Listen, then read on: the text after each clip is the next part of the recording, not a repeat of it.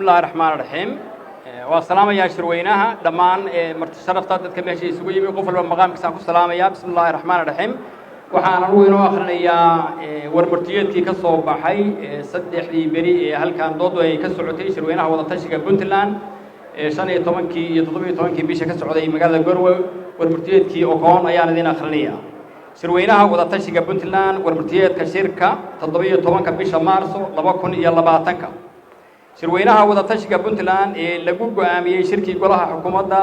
Puntland ee ka dhacay xarunta madaxtooyada Boosaaso 7 bishii Febraayo 2020 ayaa si rasmi ah uga furmay qolka shirarka ee jaamacadda Puntland State University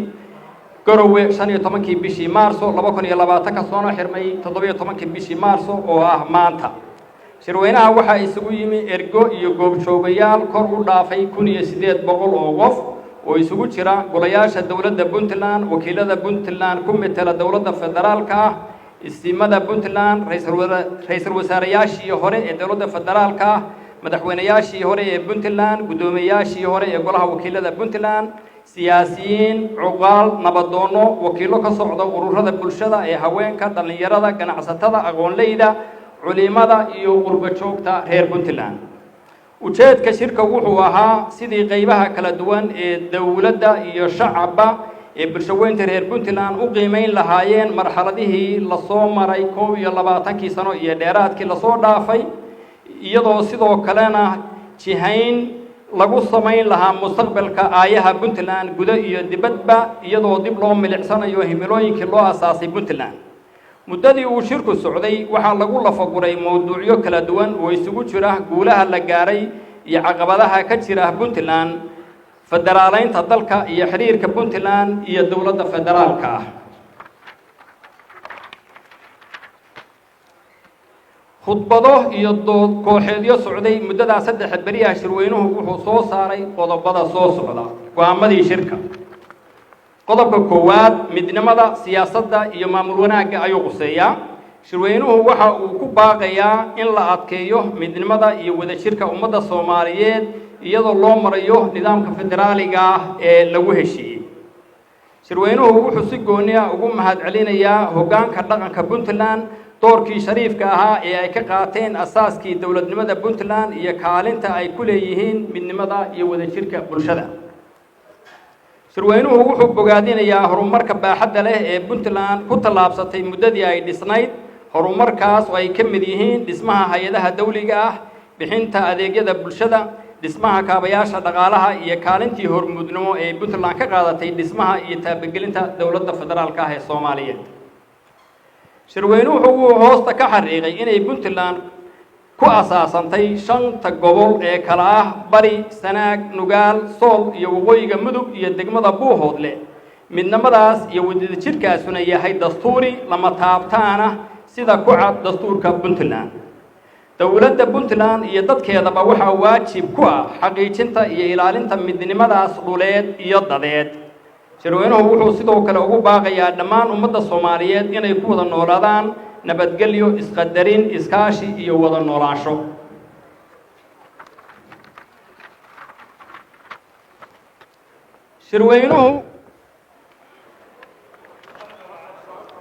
shirweynuhu wuxuu u soo jeedinayaa dawladda Puntland in la qabto shir looga hadlayo dhulka maqan ee Puntland lana sameeyo guddi gaar ah oo dabagala hawlahaas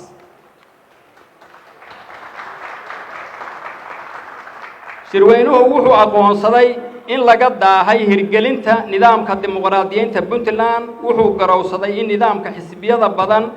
ay qayb muhiim ah ka tahay xal u helidda tabashooyinka ka jira matalaadda siyaasadeed shirweynuhu wuxuu bogaadinayaa dawladda Puntland ee xilligan inay goor hore bilowday geedi socodka nidaamka dimuqraadiyeynta wuxuuna ku boorinayaa dhamaystirka geedi socodkaas muddaxileedka dawladdan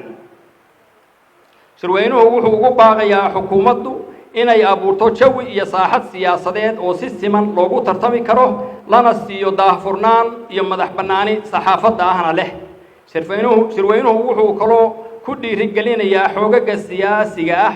siyaasadeed bulshada rayidka ah culimada haweenka dhalinyarada iyo dadweynaha Puntland inay si aan kala har lahayn uga qayb galaan hirgelinta hanaanka dimuqraadiyeynta dalka isla markaana shirweynuhu wuxuu beesha caalamka ka codsanayaa inay ku biiriyaan taageero farsamo iyo mid dhaqaale labadaba barnaamijkaas. shirweynuhu wuxuu ku bogaadinayaa xukuumadda Puntland ambaqaadka maamul wanaagga gaar ahaan dhinacyada dib u habaynta hay'adaha amniga, shaqaalaha rayidka ah, nidaamka maaraynta maaliyadda. shirweynuhu wuxuu kaloo dowladda Puntland ku boorinayaa in la dardargeliyo lana xoojiyo tayeynta madax bannaanida iyo dhammaystirka hay'adaha garsoorka si loo helo cadaalad bulsho oo waafi ah. sidoo kale shirweynuhu wuxuu ugu baaqayaa dowladda Puntland inay asaasto maxkamadda dastuuriga ah. qodobka labaad, amniga. shirweynuhu wuxuu aqoonsaday in argagixisadu tahay masiibo qaran iyo mid caalami ah. Puntlandna shacab iyo dowladba ay mar walba dagaal kula jiraan ciribtirka argagixisada. waxaa xusid mudan iyo bogaadinba mudan howlgalladii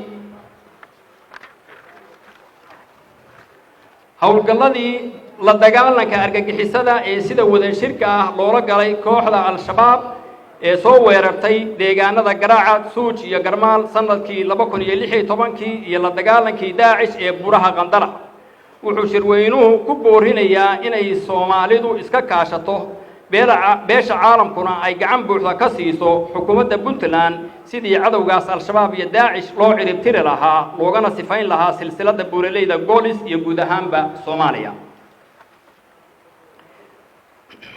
shirweynuhu wuxuu u soo jeedinayaa dowladda inay xakamayso hubka sharci darrada ah ee gacanta shacabka ku jira. cidda kaliya ee haysan karta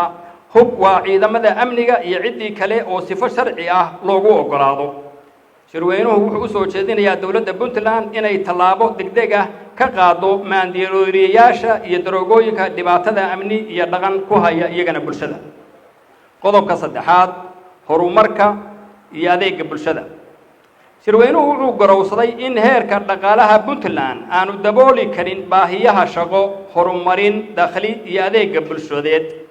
sidaa awgeed waxaa dowladda Puntland lagu boorinayaa inay dejiso istiraatiijiyad koboc dhaqaale oo hadafkeedu yahay yaraynta saboolnimada iyo abuurista fursado shaqo.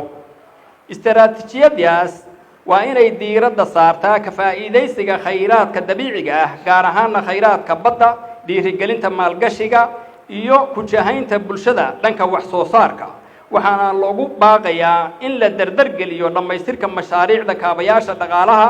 ee muddada dheer soo jiitamayay sida ballaarinta iyo casriyeynta dekedda Boosaaso, dhismaha waddada Ceel Daahir Ceerigaabo, dhismaha dekedda Garaacad, hirgelinta kastamka Tuurdibi iyo dayactirka waddada dheer ee Boosaaso Gaalkacyo iyo Garowe Laascaano Eyl Garowe. sidoo kale waxaa shirweynuhu ku baaqayaa in la bilaabo dhismaha waddada Guumeys Buuhoodle, waddada Kalabayr Caruura, waddada Garowe Taleex, Boocame iyo Faleeryaale, Boosaaso Qandala iyo waddada Garaacad Galdogo. shirweynuhu wuxuu ugu baaqayaa dowladda Puntland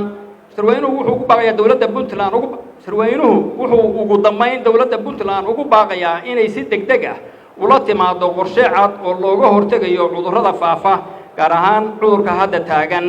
oo dunida ku fidaya ee COVID-19. qodobka afraad, xiriirka dowladda federaalka iyo Puntland.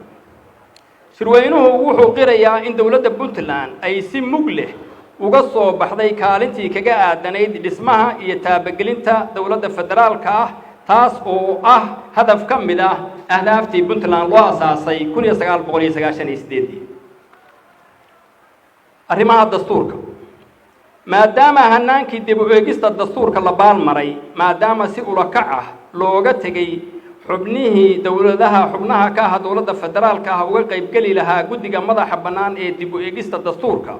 iyo maadaama uusan harin waqti si waafi ah looga fara buuxsan karo lana fulin karo arrimaha asaaska u ah dastuurka sida iswaafajinta dastuurada iyo aftida dadweynaha. shirweynaha wadatashiga Puntland wuxuu ku baaqayaa kuna adkaynayaa dowladda Puntland in dib u eegista dastuurka dowladda federaalka ah ee Soomaaliya dib loo dhigo ilaa iyo muddo xileedka dowladda imanaysa kadib doorashada 2021 si loogu helo waqti waafi ah iyo wadatashi buuxa.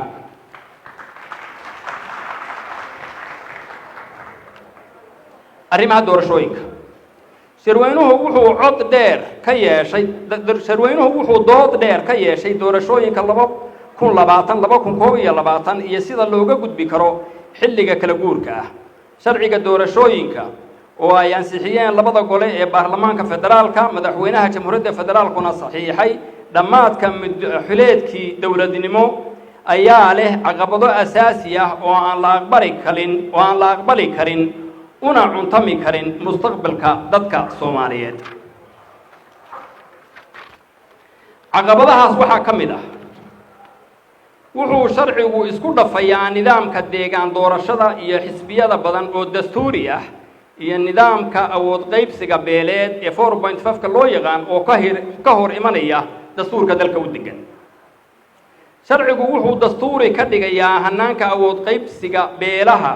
oo ay ahayd in laga gudbo oo aan marna noqon karin sharciga dalka sharcigu ma abuurayo nidaam doorasho siman oo xildhibaanadu ku soo baxaan maadaama sharciga la ansixiyay dhammaadkii muddo-xileedka dawladda dalkuna uusan dhammaan ku wada jirin gacanta dawladda waxa adag in dalka ay ka dhacdo doorasho qof iyo cod ah isla mar ahaantaana shirweynuhu wuxuu go'aansaday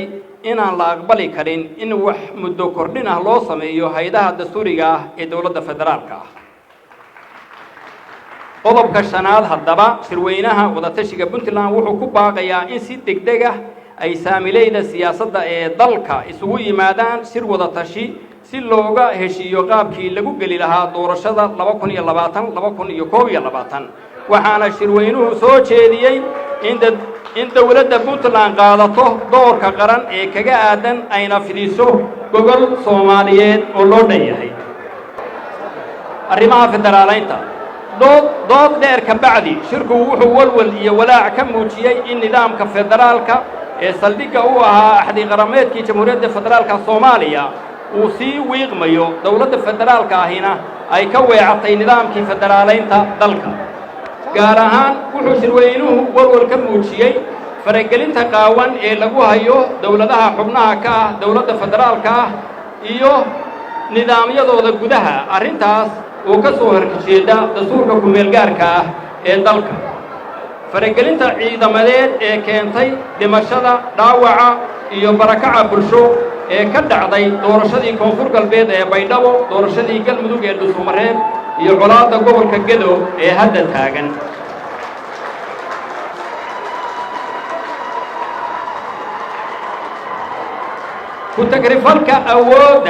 ku tagrifalka awoodda dawladda sida caburinta xoogaga siyaasiyiinta ah ee ka aragtida duwan xukuumadda cunaqabataynta socdaalka hawada iyo xayiraadda waxbarashada ubadka Soomaaliyeed ansixinta sharciyo aan ku dhisnayn wada tashi iyo wada shaqayn dastuuri ah sida sharciga batroolka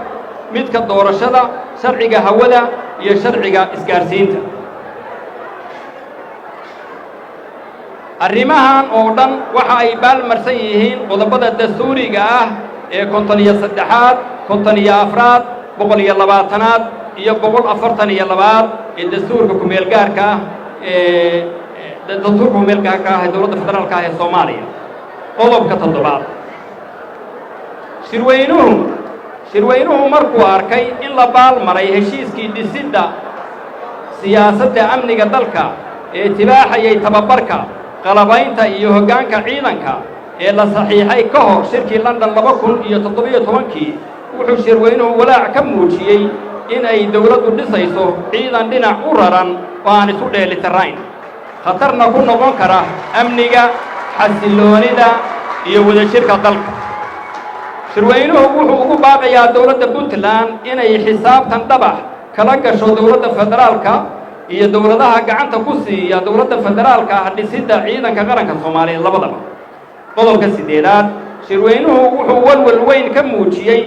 siyaasadaynta deeqaha ee dawladda federaalka ay ku hayso deeqaha caalamiga ah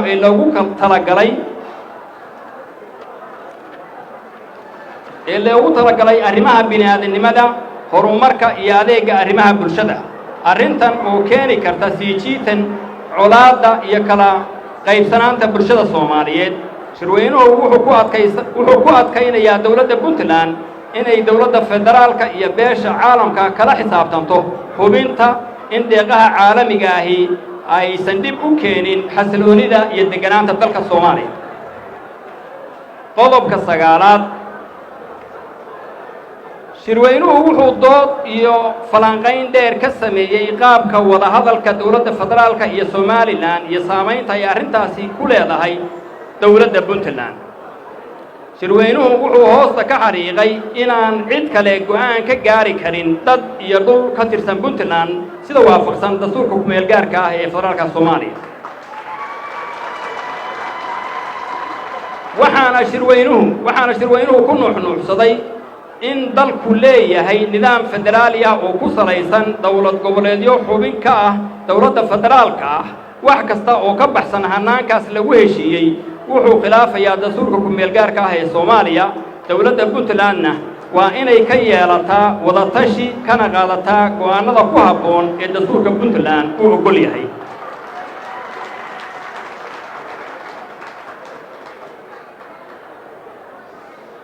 qodobka tobnaad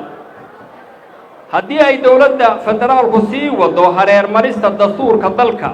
iyo burburinta hannaankii lagu heshiiyey ee federaalaynta dalka shirweynaha wadatashiga puntland wuxuu dowladda puntland ugu baaqayaa in iyada oo wakiil ka ah shacabka puntland ay qaadato go'aan walba oo lagu badbaadinayo masiirka iyo mustaqbalka puntland ee dastuurku u oggol yahay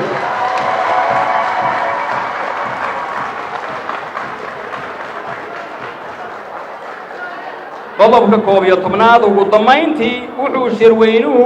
u mahadcelinayaa madaxweynaha puntland qabashada shirweynaha wadatashiga puntland wuxuu sidoo kale shirweynuhu u mahadcelinayaa guddiga qabanqaabada jaamacadda BSU iyo maxamuud sheekh xaamid oo odayga ah oo noo fududeeyey laamaha amniga iyo cid kasta oo kale oo arrintaa qayb ka geystay waa mahadsantihiin dhammaantiin